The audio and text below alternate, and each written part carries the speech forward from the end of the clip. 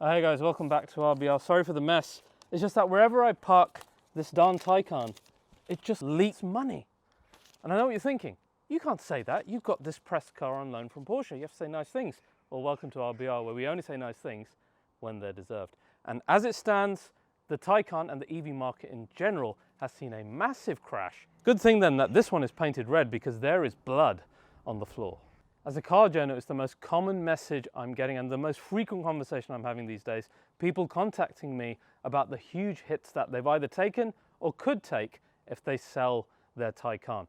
We have cars that are less than a year old with less than 1,000 miles, basically delivery mileage, losing close to or over 50% of their list value, which is insane and unheard of.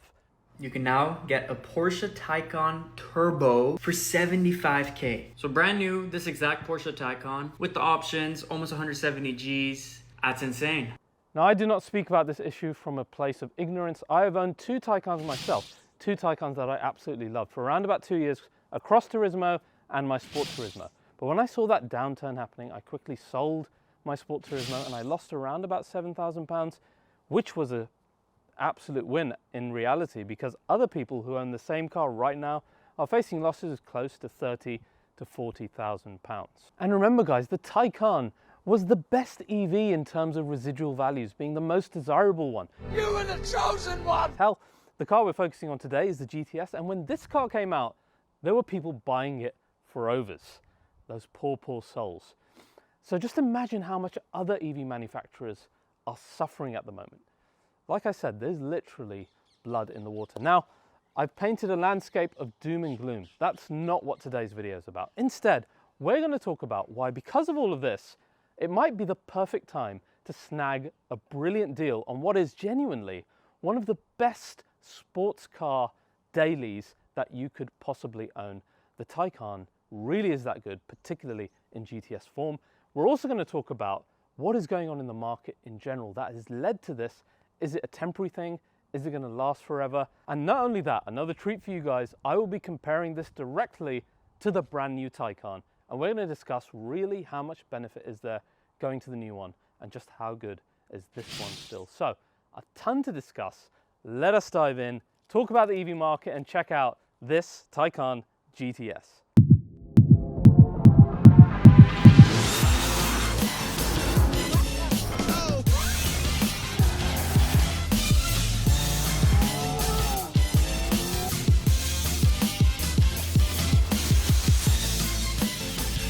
Have you been kicked in the balls by falling EV prices? Well, fear not, because our sponsor Manscaped today have some electrically powered products that your balls will actually thank you for. See, this is how you meld a channel sponsor with the topic. I'm so proud of myself. Guys, today is all about the beard and balls bundle, and it's the best bundle that Manscaped have designed to keep you looking and feeling fresh, not just down below, but up here as well. And it all begins with this, the Lawnmower 5.0. This is our key tool for manscaping downstairs, and this is revolutionary. It comes with two separate blades. First, we have our main blade here. This is an updated blade with longer, wider, and rounder teeth to help cut through hair better. You also get adjustable comb lengths to get your perfect length, but it goes beyond that because you actually get a second blade that you can attach super easily on here. As you can see, just one click, and this is the foil blade.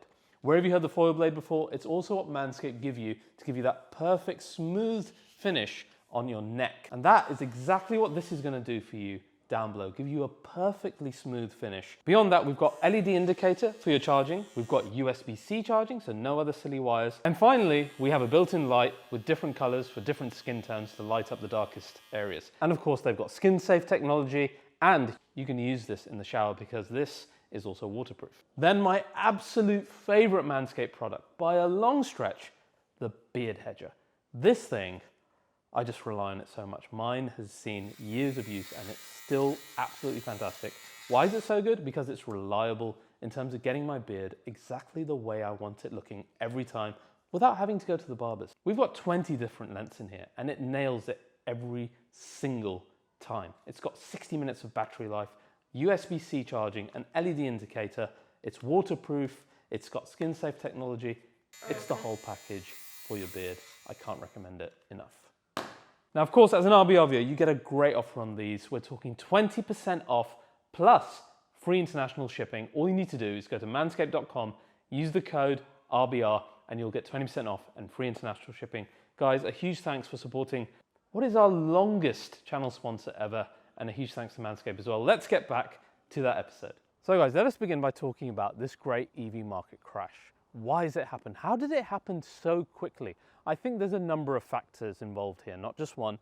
One of those factors is just how ridiculously overpriced the German EVs from the German manufacturers are, or the big European manufacturers, particularly versus things like Tesla, particularly versus the new Chinese EV brands who are actually, got pretty good cars for the type of price that we want these things to be. Why do we want them at that price and why do we justify it? I will tell you that in a moment. So one thing is price. This is readjustment. This is the market telling manufacturers, we think these cars are actually worth this. Secondly, it's the infrastructure. We are being charged in the UK at some fast chargers over 70 to 80 pence per kilowatt, which is ridiculous. If you're charging 110 kilowatt big battery EV, you'll be spending something like 90 to 100 pounds to get what? 200-300 miles. It's ridiculous. But these are all just small reasons. The main reason is actually you guys. It's your fault. It's because you're smart. You're so damn smart as the audience, as consumers, because you guys realize that EVs, even in their best form possible, do not hold their value like traditional combustion and hybrid cars do. And in their current form, they never will. Because these things are actually like the smartphone. And what I mean by that is that the latest and the greatest will always be the best one. You'll never look backward. Look, for example, at our new Taycan facelift that I'm going to show you today. This car has had a few changes in terms of a new battery, a new motor, and a few other efficiency changes that have pushed the range up from 255 to 422 WLTP just from a facelift and some efficiency changes. That is massive. Who then goes back to old Taycan? So in the same way that no one will go back and say buy an iPhone 3G in this day and age, similarly when Taycan version 5 comes out with 2000 horsepower, 800 miles range, and 0 to snap your neck in the blink of an eye, who's really going to go back to Taycan V1 with its paltry 200 miles? Whereas, let's look at your combustion Porsches. You've got my GT3 Touring, fantastic car, beautiful. You compare that to the original G model, oh, hang on a sec, this is still an attractive purchase. Why is that? Because fundamentally, the thing that makes the car great still exists in both of them. Fill up and you got smiles per miles. That is not the case with EVs. That heritage value, that value of what the actual components are, and the fact that it fundamentally does the same thing in the future as it does today, means that it holds value for us. And us car guys, we understand this. We're not mugs, okay? And that's why we have forced the market to readjust to where we think it's going to be. And I think this is a permanent change, and I think you're going to see some blood in the water for the manufacturers who are not going to be able to sell the newer EVs. This is my prediction. Let's see what happens. Now, let's not be naive about this. The EV is here to stay, and the Taycan is one of the best EVs. And I see this whole downturn and this readjustment as an opportunity. This may be that case where we can make another person's loss our gain. Let's look at the UK market, for example. You can pick up a decently spec Taycan with okay miles for around about 40 to 45,000 pounds. Now, these are cars that were originally listing at around about 100k, so they've lost like 60% of their value, all right? And remember, this is retail price. It's not the sale price, it's not the trader's price, so a little bit of haggling later, that price will come down because people are desperate to sell at the moment. Just look at our GTS today as well. This is a car that's spec'd up at 124k from new, and you can find examples that are not even a year old that are retailing at around about 70,000 pounds. That is insane value for such a stellar car. And will you see a big drop after that? I don't think you will, because the Taycan is still a desirable car. You've got Porsche's continued support, you've got the quality of the car itself, and the fact that it's a bloody fantastic drive. Now, just how good does it drive? Let us remind ourselves why the Taycan stands out from other EVs Now the Taycan drives like a Porsche despite using just the typical EV components that you hear us talking about in every review. First of all, it's got that typical Porsche low seating position thanks to the foot garages that they engineered into the area where the battery would normally be. So the battery instead encases around the occupants, and it gives you that wonderful low sitting position that you are used to in a Porsche sports car. Then we have some powerful hardware. We've got a really powerful inverter and two permanently synchronous electric motors, one in the front and a more powerful one on the rear on our all-wheel drive ones, and a 2-speed gearbox to control the different speeds in the launch control, etc. Now, the cool thing is these are motors that you can hear and a gearbox that you will hear change as well, thanks to Porsche's emotive electric sound option, which I love. You'll hear it later in the video, and it really just amplifies the driving experience and help you know what the car is doing when it's doing it, which is great. Then we have the battery. You always have to get Performance Battery Plus, and I will fill you in on the absolute key options that you have to get on a Taycan if you're looking at a used one.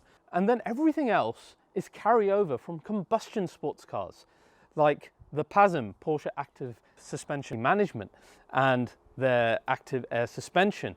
We've got the rear axle steering, we've got Sports Chrono package, all of these things carrying over from their combustion siblings. And what you wind up with is a car that is just like a Porsche to drive. And speaking of being like a Porsche, it has as many variants as your typical Porsche would as well. It starts with the entry-level rear-wheel drive, which just has the singular motor on the rear axle. We have then the 4S, which is my favorite, the GTS, with that we're reviewing today, the Turbo, and the crazy Turbo S as well. Now our GTS is actually a really, really nice midpoint.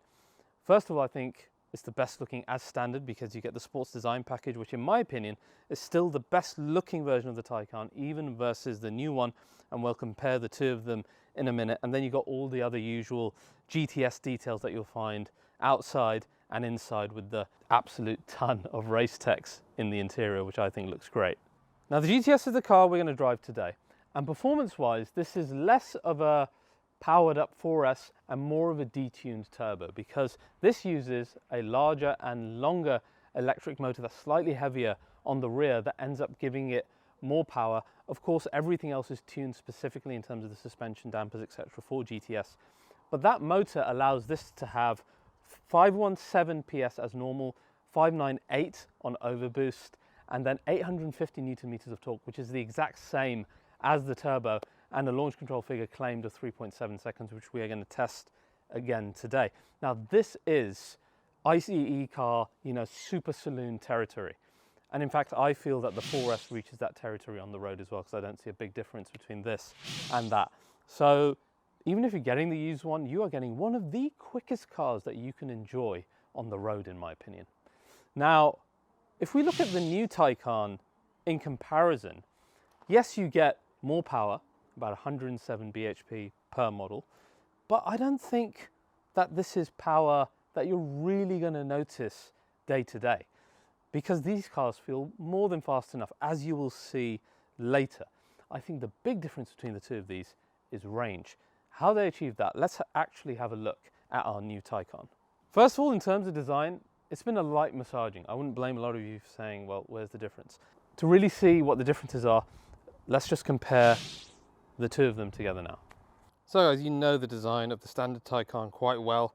This is the sports design package version on the GTS, where you have the RS style wheels, as they call them, the sports design package on the front with the larger air curtains underneath the lights and the intakes, where we have these much larger air curtains or intakes underneath our lights, which actually, like I said, I think gives it quite an aggressive look, maybe the most aggressive of the lot.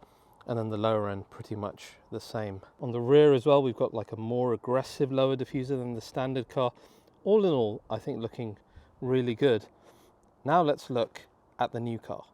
So guys, here is our new Taycan. This is a 4S and it's got the standard body, so not the sports design package one. Sports design package, a bit different on the front. We've got a few more interesting bits like you see on the Turbo GT. It's actually quite a nice front end. I still think the old sports design package, like I said, a bit more handsome. But this is your standard body. Now I think it looks a little more vanilla than the previous car. I think Perhaps it's because the front is so kind of flat looking. It almost looks a bit more Tesla, dare I say. I do prefer the new lights, which are now less bulbous and more kind of flush and sit with the body nicer like a traditional Porsche. It's just that lower front bumper where not much is going on the standard one. It's almost like they want to price you up to the sports design package body, which is clever, I suppose. But yeah, not much else going on the front end, and this is that new shade green, I believe it's called. Side is exactly the same, and then when we come around to the rear, on the standard body, honestly, you can hardly tell a difference. Where you do see the difference is the new lighted Porsche logo on the back, which is actually a nice touch, I think, and they should probably roll that across their EVs. If you get sports design package, the rear bumper is more interesting. It's got a few more vents and a few more interesting things going on. But apart from that, you can see that if design is your issue, it's not really a big thing going from the old one to the new one. So the design, as you can see, not that important, right? It's quite subjective. What is important and what makes the facelift more attractive to people is the range. How do they achieve that in just a facelift? Well, most of their money on the facelift went towards achieving range. So they've got brand new battery packs in here, which are nickel, manganese, cobalt battery packs with a new cell chemistry. And then these are available again in a small battery or large. Always go for the large, and we'll talk about that later. And they're paired to now a new electric motor, the larger one that goes on the back of these cars. This has a different magnet arrangement, a better wide stator, etc. Basically, to give it more power, 107 bhp more per model. In addition to this, these new components are actually lighter a little bit as well, but they are absolutely more efficient as well, and that's including the inverter here. So what you end up with is a boost of our WLTP range, like I said, from 255 to around about 422 miles, which again is huge.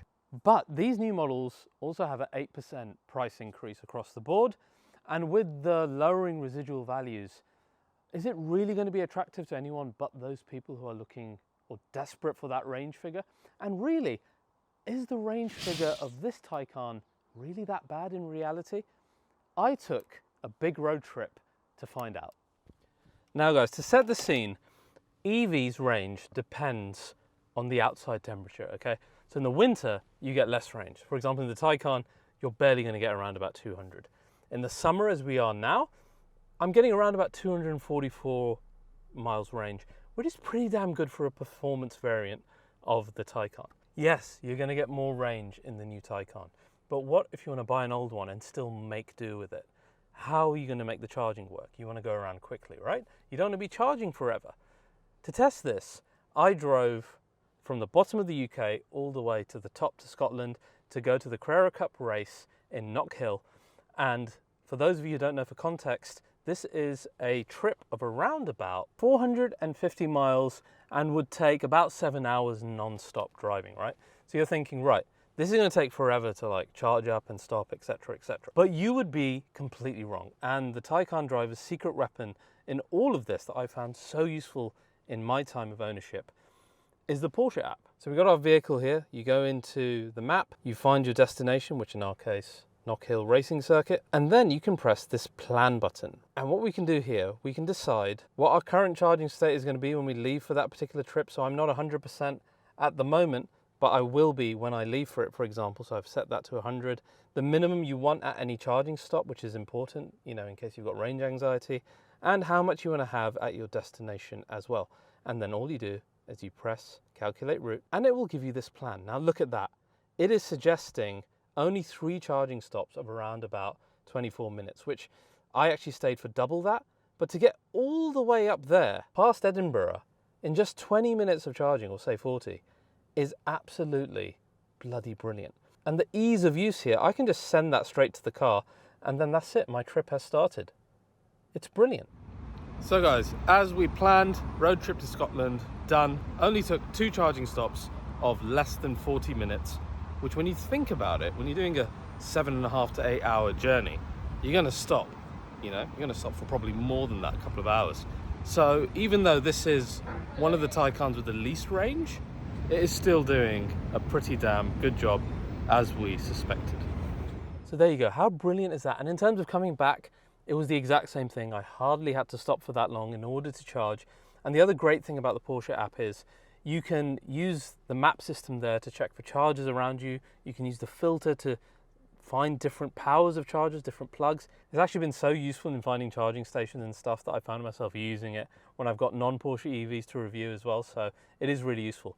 Now, you guys know I've owned a Taycan for 2 years, over 2 years, and one final point on range is that if you're charging at home, you're barely going to need to charge out and about. I found myself maybe 3 or 4 times, but should you need to, should you be doing more miles than someone like me is doing, the great thing is when you buy a new one, you get 3 years of discount with Porsche's charging service across this entire network of chargers that you have on here. And there is a massive amount of them all around the world, okay?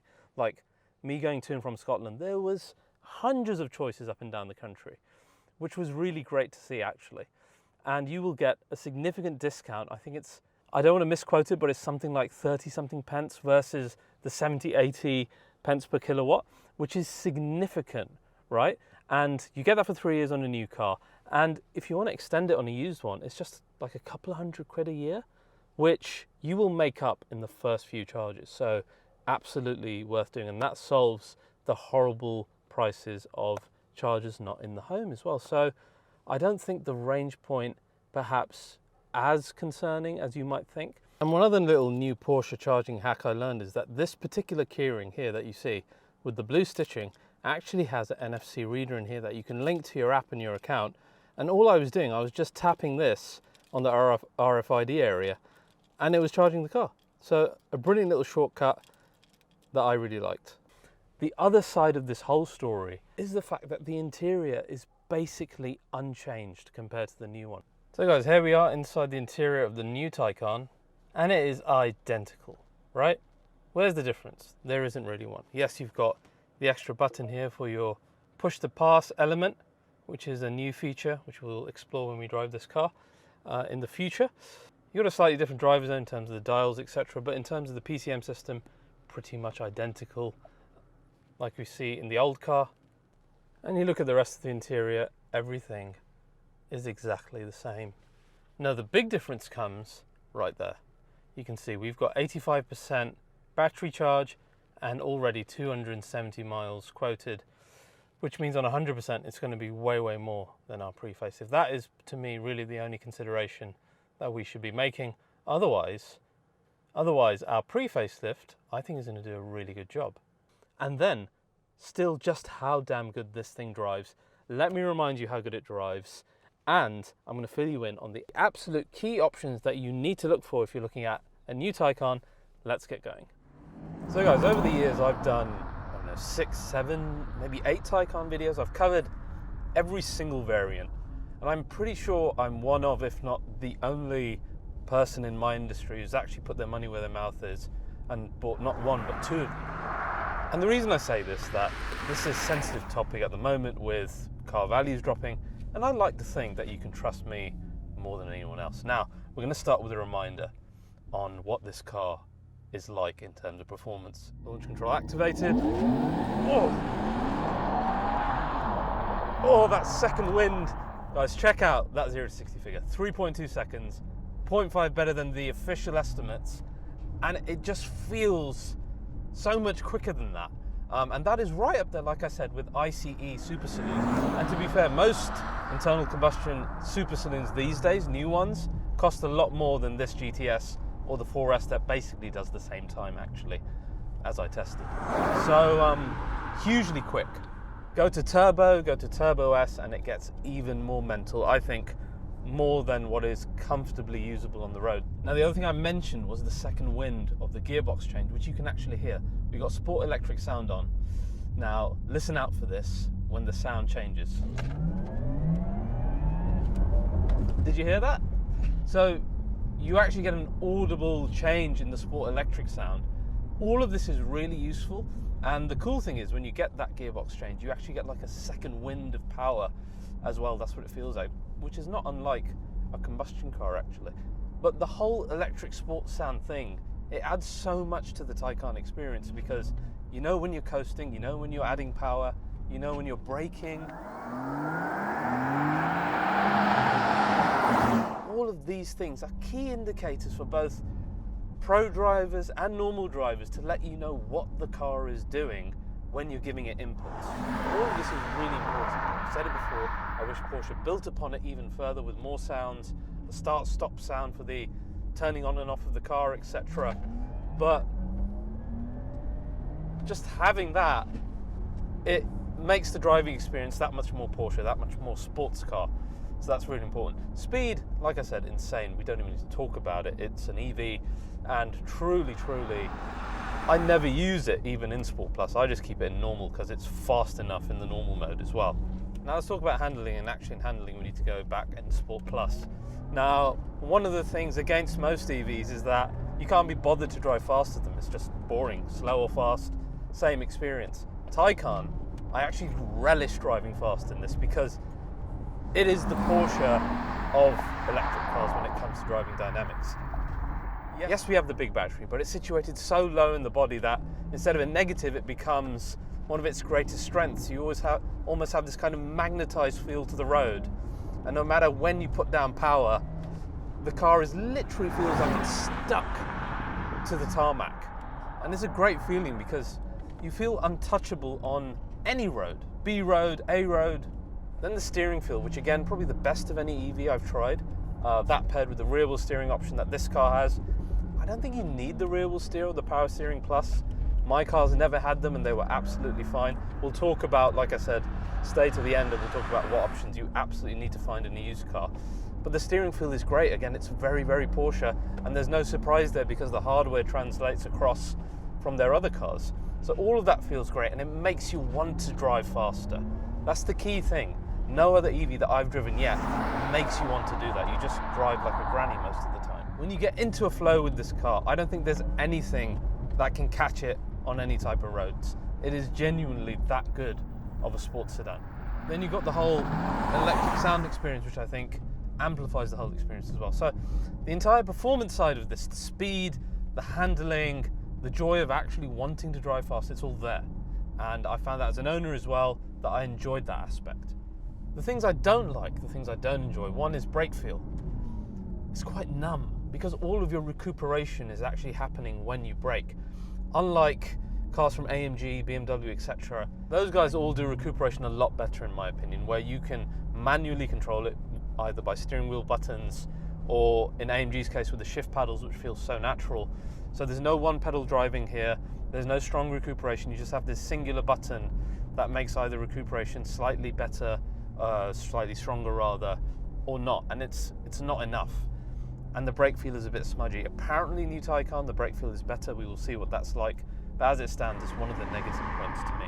The other side of it is, I mentioned I use normal mode most of the time and hardly ever in Sport Plus, and that's the truth, because there's not that much of a dramatic difference going from one of these modes to the other, at least I don't feel it. I mean, normal mode, ridiculously fast as well in every single scenario, and then you have this range anxiety thing where you're like, well, if I'm going to be in Sport Plus, you know, the figure in front of me is just going to go lower, I'm going to lose my range, so why would I bother? And you just don't end up using those modes because there's no good reason to. If there was a more dramatic sound difference or steering difference, handling difference, power difference, then I would say, you know, that's fine. But the driving modes, really, I never go beyond normal, and I just don't think it's necessary. And I think that should be something that's engineered in. And in terms of comfort, it's a great car. The adaptive dampers, particularly with the air suspension, are fantastic. It feels like a comfortable car, but maintaining that firm sports car feel that you want in something like this, but without the judder and the jar. And like I said, you're not going to go into Sport Plus because you just don't need it. So it feels good. It feels good. Longer trips, like we did the long trip to Scotland, or shorter trips. And in the 2 years I owned it, absolutely great in terms of comfort. Now, as a final point, let's talk about the absolute necessary options you need to get. First, Performance Battery Plus. Do not buy one without it. You lose 20 to 30% of range. Everyone in the used market is looking for Performance Battery Plus as well.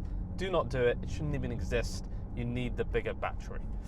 The next one that you really need to get is electric sport sound, in my opinion. It can be retrofitted, but it's very expensive, and it just makes the car safer, and it makes the car more exciting when you're driving it as well. So make sure you get that. The other one that's a killer for me, for buyers, in my opinion, is not having the 4+1 seats, which is the 5-seat rear bench. Otherwise, you end up with 2 single seats in the back. And it just ruins the thing. Like, why would you not want it to be more practical? It makes no difference. Again, it's an option, in my opinion, that either should be standard or shouldn't exist at all. The other one, which I think is really important for comfort, is getting the adaptive cruise control with lane assist. Because, like I did with both of my Taycans, you can then sign up for the EnoDrive self-driving, but you just use it for the months that you have the car, and you get the self-driving on the motorway, the lane changing, the steering assist, and it just makes the comfort side that much better, particularly on longer journeys where you just want to stand back and let the car steer itself. Another one that I find really useful, because this is a big car, is the 360-degree camera. Again, I regretted not having it in my Sport Turismo, so make sure you absolutely do spec that. And finally, in my humble opinion, don't get the sedan. You need to get either the Sport Turismo or the Cross Turismo, because this feels like a much less practical car, much less space, much less utility. In my opinion, the sedan just, yes, it's very 911 looking, and I get that, particularly in a spec like this, it looks great. But I just think those 2 wagons, and I'm biased, just look absolutely fantastic, in my opinion. So guys, in conclusion, this is still the most exciting electric car I've driven. It shames everything else from all the German neighbours. It is truly the Porsche in its segment. The best endorsement I can give it is, having owned them, I really miss mine. The 2 years of driving the M3 Touring and the M2 as my dailies instead of a Taycan really highlighted that for me. I know my family's going to miss it, and dare I say, I'm really going to miss it, having had this one for a month as well. Being without it just really highlighted how much better an EV can do the daily stuff versus a combustion car. And maybe a hybrid is good as well, but yeah, I will definitely miss it, and I can't endorse it more than that. How much better is the new one going to be? At the moment, I'm not convinced. Not for that extra money, not for the risk of hemorrhaging even more money. Yes, no doubt the range is good, and we'll find all of that out soon, but to me, it's a no-brainer. You buy something like this at the right price, where you're less stressed about losing money, and you've got 80 to 90% of the experience and performance to hand. To me, it's an absolute no-brainer, and you still have the car that is the Porsche of electric cars. So yes, I think this is the perfect time to buy a Taycan at the right price. Guys, if you've enjoyed this video, please do like and subscribe to RBR. It's hugely appreciated, helps support the channel, and I'll see you guys next time.